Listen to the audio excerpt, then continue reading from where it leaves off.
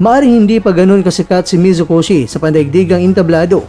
Kilala siya bilang isang fearless at disiplinadong boxer na may kakaibang sandata. Eksperto siya sa body shots at kung may isang bagay na kaya makapagpahina sa isang brawler style na kagaya ni Casimero, iyon ay walang haba sa pag-target sa katawan upang pahinain ang kanyang stamina.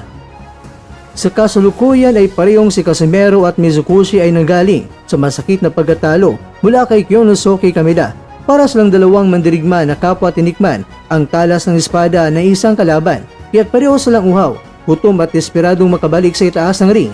Kung ang laban na ito ay matutuloy, hindi lamang ito magiging simpleng tuna fight, ito ay magiging banggaan ng dalawang mandirigmang gustong ipakita sa mundo na hindi pa tapos ang kanilang kwento.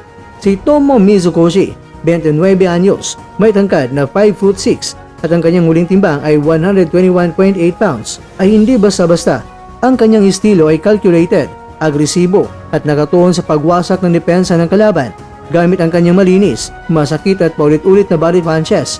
Sa bawat laban ay may isa sa pinakamalaking banta na dala niya kaya ang kanyang kakayahan na unti-unting durugin ang core ng katunggali habang mawawala ng hangin at stamina. Maraming beses na ring napatunayan na kahit hindi siya ang pinakamalakas na sumuntok sa mukha, pero sa katawan naman ay nakakapinsala siya na parang isang jackhammer ang suntok. Dahil siya ay nagagaling sa pagkatalo, mas lalo siyang delikado